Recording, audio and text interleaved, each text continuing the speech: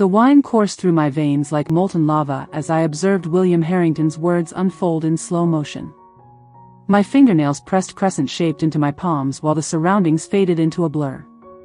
His voice was both muffled and painfully distinct. "My son deserves better than someone from the gutter," he declared to the gathering of his country club friends, business partners, and his now stunned family members. Street trash in a borrowed dress, pretending to fit into our world. 23 pairs of eyes darted between William and me, eager to see if the nobody dating the prince would dare to respond to the king. I felt each pulse in my throat as I meticulously folded the napkin, a piece of fabric likely worth more than my first month's rent. I set it beside my untouched plate of overpriced salmon. "Thank you for dinner, Mr. Harrington," I said, rising slowly. "And thank you for finally being honest about your feelings. My name is Zafira. I'm 32 and a self-made entrepreneur. This is the tale of how I turned a public humiliation into the most costly lesson a man ever learned." "Zafira, don't." Quinn grasped my hand. I gently squeezed his fingers before releasing them. "It's all right, love. Your father is correct. I should know my place." The smirk on William's face was one I would remember. That self-satisfied look of a man who believed he had triumphed, who thought he had finally chased away the street rat who dared to touch his beloved son. If only he knew. I exited that dining room with my head held high. Past the Monet in the hallway, past the servants who averted their gazes, past the Bentley in the driveway that William had made sure to mention cost more than I would earn in 5 years. I strode through the marble foyer and out to the circular driveway where my car awaited. Quinn caught up to me at my vehicle, my practical Toyota that William had mocked when I arrived. "I'm so sorry," he said, tears streaming down his cheeks. I had no idea he would. I pulled him close, breathing in the scent of his cologne mingled with the salt of his tears. "This isn't your fault. I'll speak to him. Make him say he's sorry." "No." I tucked a lock of his dark hair behind his ear. "No more apologies for him. No more justifications. He expressed what he's been feeling for the last year. At least we now understand our position. Zafira, please don't allow him to destroy us." I kissed his forehead. "He can't ruin what is genuine. Quinn, I'll reach out to you tomorrow, all right?" He nodded hesitantly, and I drove away from the Harrington estate, glancing in my rearview mirror as the mansion shrank in size, its lights sparkling like stars I was supposedly never meant to reach. My phone began to buzz before I even got to the main road. I ignored it, knowing it was likely Quinn's mother, Rachel, attempting to mend things, or perhaps his sister, Patricia, offering awkward support. They weren't bad people, just weak, too intimidated by William to confront him. But I had more pressing calls to make. I voice-dialed my assistant as I merged onto the highway. "Danielle, I realize it's late. Miss Cross, is everything okay?"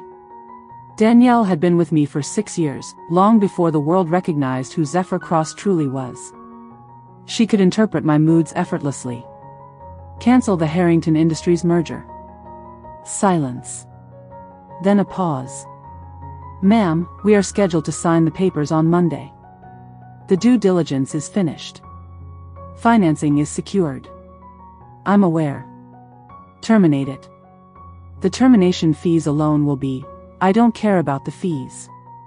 Send the notice to their legal team tonight. Cite irreconcilable differences in corporate culture and vision. Sapphira." Danielle dropped the formalities. She only did that when she believed I was making a mistake. This is a $2 billion deal. What happened at dinner? He called me garbage. Danny in front of a room full of people made it clear that someone like me will never be good enough for his family or, by extension, his business. That jerk. I could hear Danielle's fingers already flying across her keyboard through the phone. "I'll have legal prepare the termination papers within the hour. Do you want me to leak it to the financial press?" "Not just yet. Let's allow him to see the official notice first. We'll hand it over to the media by noon tomorrow." "With pleasure, ma'am. Is there anything else?" I paused for a moment. "Yes. Please arrange a meeting with Fairchild Corporation for Monday. If Harrington Industries isn't willing to sell, perhaps their largest competitor will. You're planning to acquire his rival instead. Why not? After all, garbage tends to stick together, right? I ended the call and continued my drive to my penthouse in silence. The city lights blurred by, each one a reminder of how far I had come from the child who once slept in shelters and relied on free school lunches. William Harrington believed he understood me, that he had done enough research to grasp what kind of woman was dating his son. He was aware of my impoverished upbringing, that I began working at 14, and that I financed my way through community college and then university with sheer determination and an unhealthy amount of caffeine. What he failed to realize was that the scrappy kid he looked down upon had built a corporate empire while remaining in the shadows. Cross Technologies, the company his own firm was desperately trying to merge with to remain relevant in the tech era, was mine. I had spent the last decade acquiring patents, attracting talent, and strategically positioning myself to become the kingmaker in our industry. He was oblivious because I had kept it under wraps, using holding companies and trusted executives as the public face of my operations. I learned early on that true power comes from being underestimated, from allowing blowhards like William to think they held all the cards. As I pulled into my building's garage, my phone lit up with an incoming call. It was Harrington's CFO Martin Keating. That was quicker than I anticipated. Martin had my personal number from our earlier merger discussions where we exchanged contact information for urgent matters. Zafira, it's Martin. I apologize for calling so late, but we just received a notice from Cross Technologies terminating the merger agreement. There must be some mistake. No mistake, Martin. But we're scheduled to sign on Monday. The board has already given their approval. Shareholders are anticipating this. The board should have considered that before their CEO publicly embarrassed me at dinner tonight. Silence, then quietly. Period. What did William do? Ask him directly. I'm sure he'll share his perspective. Good night, Martin. I hung up and made my way to my penthouse, pouring myself a scotch and settling onto the balcony to observe the city as it drifted into slumber. Somewhere out there, William Harrington was about to face a dreadful evening. I pondered whether he would connect the dots right away or if it would take him some time to understand that the person he dismissed as garbage held the key to his company's survival for the upcoming fiscal year. My phone buzzed. Quinn was calling. I let it go to voicemail, not trusting myself to distinguish my anger towards his father from my affection for him. He didn't deserve to be caught in the middle of this. Yet, some conflicts are unavoidable. By morning, my phone had recorded 47 missed calls. William had attempted to reach me 6 times himself, which must have been torturous for him. The illustrious William Harrington reduced to incessantly calling someone he labeled as garbage. I was going over quarterly reports during breakfast when Danielle called. The financial media caught wind of the cancelled merger. Bloomberg is requesting a statement.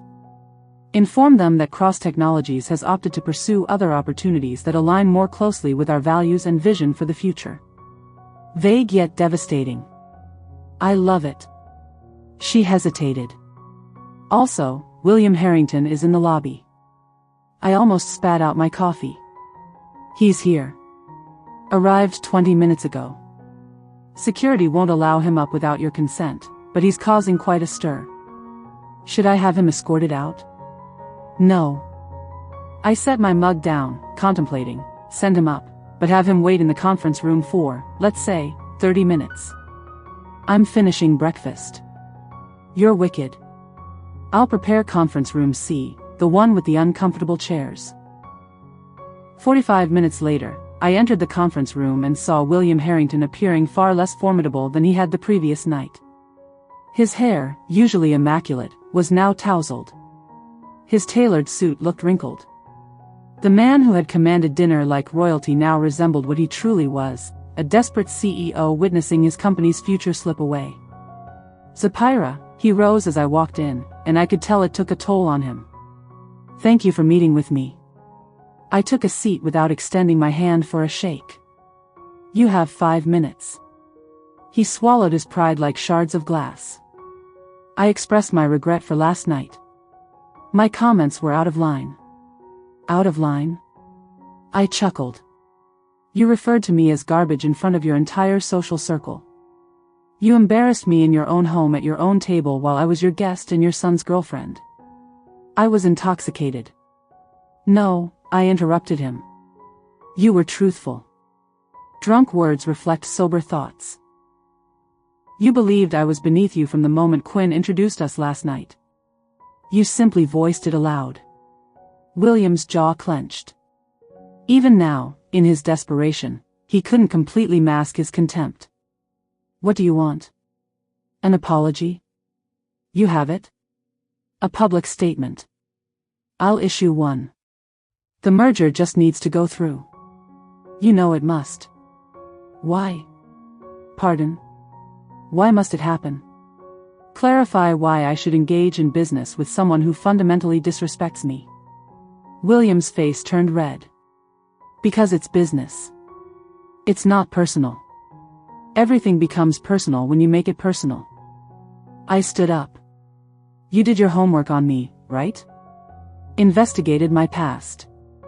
Discovered the foster homes, the free lunch programs, the night shifts at warehouses to afford textbooks. He nodded, albeit reluctantly. But you stopped there. You saw my origins and assumed that was all there was to me. You never considered where I was headed. I walked to the window, pointing at the city below. Do you know why Cross Technologies thrives, William? Because you have quality products. Because I remember what it was like to be hungry. Because I remember being dismissed, overlooked, and underestimated. Every individual we employ, every agreement we finalize, every item we create, I ponder whether we are fostering opportunity or merely safeguarding privilege. I turned back to him. Your company embodies everything I established mine to oppose: old wealth, preserving outdated concepts, and shutting the door on anyone who hasn't inherited their position at the table. That's not right, is it? Name one person on your board who didn't attend an Ivy League institution. One executive who was raised below the poverty line. One senior manager who juggled 3 jobs to afford community college. His silence spoke volumes. The merger is finished. William, not because you offended me, but because you revealed your true self, and more crucially, you unveiled the true nature of your company. This will ruin us, he murmured. Without this merger, Harrington Industries won't endure the next 2 years. Then perhaps it shouldn't. I made my way to the door. Maybe it's time for the old guard to step aside for companies that evaluate individuals based on their potential rather than their lineage. Wait. He sprang up so quickly that his chair toppled over. What about Quinn? You're about to ruin his father's business, his legacy. I hesitated at the door. Quinn is brilliant, talented, and capable. He doesn't need to inherit success. He can forge his own path. That's where we differ, William. You view inheritance as fate. I perceive it as a handicap. He'll never forgive you. Perhaps not, but at least he'll understand that I uphold principles that cannot be purchased or coerced. Can you claim the same? I left him there and returned to my office. Danielle awaited me with a pile of messages and an understanding expression. Fairchild Corporation wishes to meet Monday morning. They are very keen on discussing a potential acquisition. Good.